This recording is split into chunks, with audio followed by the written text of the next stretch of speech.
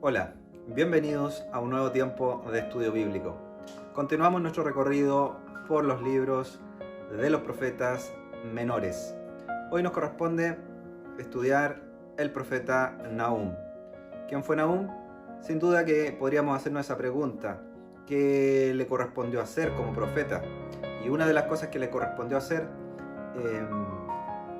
fue dirigir su profecía de juicio contra Nínive, una ciudad que sin duda recordamos, porque un siglo antes, Jonás, otro de los profetas que ya estudiamos, sería el encargado de proclamar un mensaje de juicio sobre Nínive, sobre la capital del imperio asirio, pero también veríamos ahí la misericordia de Dios, la bondad y el arrepentimiento que en ese tiempo tuvo Nínive.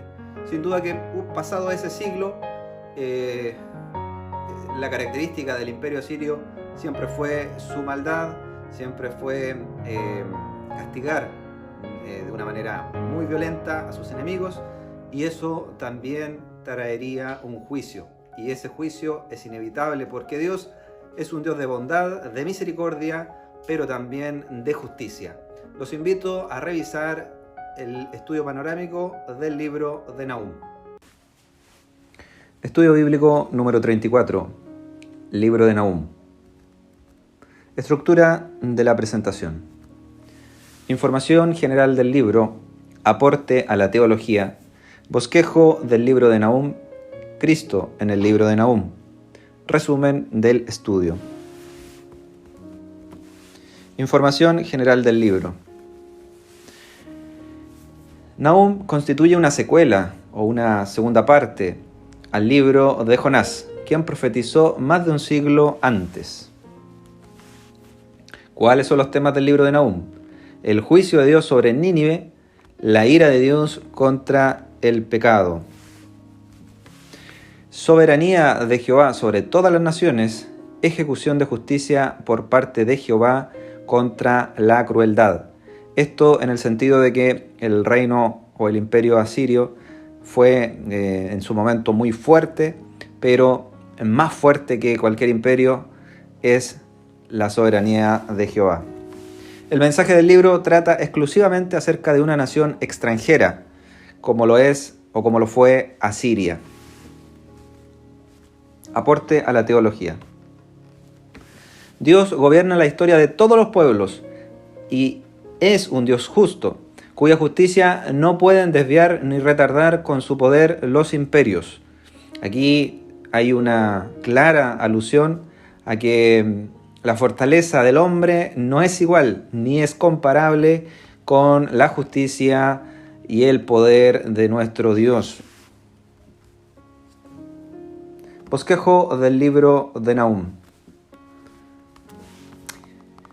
Se decreta la destrucción de Nínive, se describe la destrucción de Nínive y la destrucción de Nínive es merecida. Ya se hace esta división de lo que iba a pasar con esta ciudad capital de Asiria. ¿Cómo podemos ver a Cristo en el libro de Nahum? La segunda venida de Cristo traerá juicio a las naciones. Apocalipsis capítulo 16 versículo 7 dice: también oí a otro que desde el altar decía: ciertamente, Señor Dios Todopoderoso, tus juicios son verdaderos y justos. La venida de nuestro Señor Jesucristo entonces será un acontecimiento que esperamos de los últimos tiempos, y no vendrá como ese manso cordero, sino que vendrá en gloria, en majestad, a juzgar entonces a las naciones. Por ende, esta misma justicia que se habla en el libro del profeta Nahum es la que un día vendrá con nuestro Mesías, con nuestro Salvador Jesucristo. Resumen del estudio. Nahum nos recuerda el carácter de Dios, cuya historia se cuenta en la Biblia. Un Dios de bondad y de salvación, así como también de justicia y de juicio.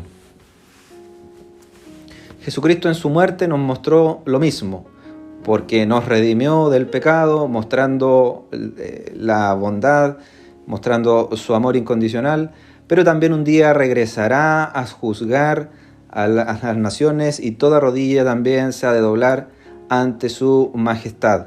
Por lo tanto, en este libro se aprecia lo que es el justo juicio de Dios y, por otra parte, nosotros podemos visualizar eso cuando venga el fin de los tiempos.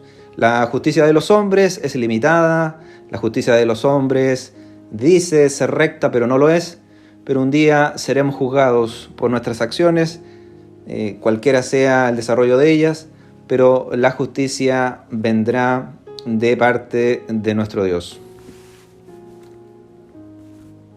Referencias bibliográficas de este estudio. Nuevo Diccionario Ilustrado de la Biblia en diversas revisiones y estudio inductivo de la Biblia en www.indubiblia.org. Tendremos un momento de oración. Señor, te agradecemos por el libro del profeta Nahum. Gracias porque también nos muestra cómo en innumerables ocasiones, Señor, tú adviertes, tú nos dices cuál debe ser el camino que debemos andar. Pero como seres humanos muchas veces erramos, fallamos. Y necesitamos también recibir el juicio de eso, de nuestras acciones.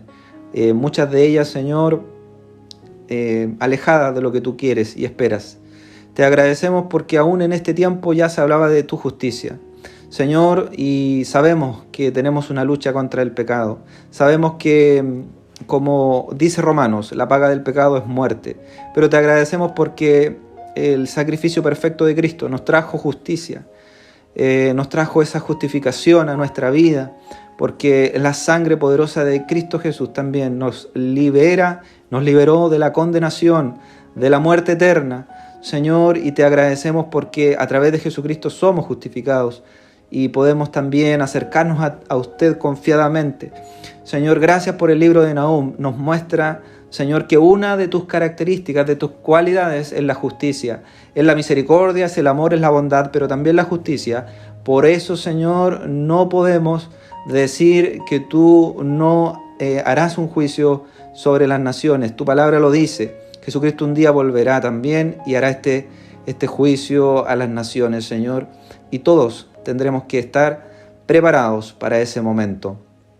Te damos gracias por tu palabra, que es fiel, tu palabra que en todo tiempo alienta nuestro corazón. En el nombre de Jesús, amén.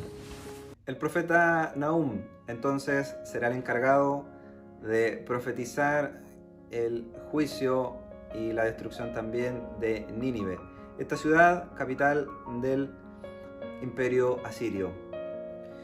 Una de las cualidades de nuestro Dios, uno de sus atributos es su justicia.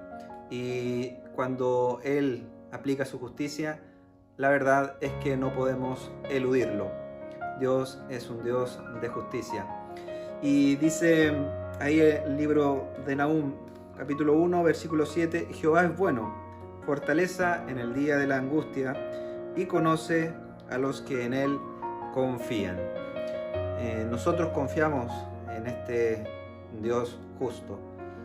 Confiamos, por lo tanto, en esa justicia, en un mundo que vemos mucha injusticia, pero nosotros también colocamos nuestra mirada en que este Dios de justicia, de bondad, de misericordia, pero también de justicia, un día también nos entregará esa justicia real, la que no es humana, la que no es de este reino terrenal, sino la que es del reino celestial. Continuamos nuestro recorrido por los profetas menores. Ya nos estamos acercando al término de este proceso de estudio de profetas menores. Así es que les animo a revisar, a estudiar estos profetas, y nosotros nos volvemos a encontrar en un nuevo estudio bíblico.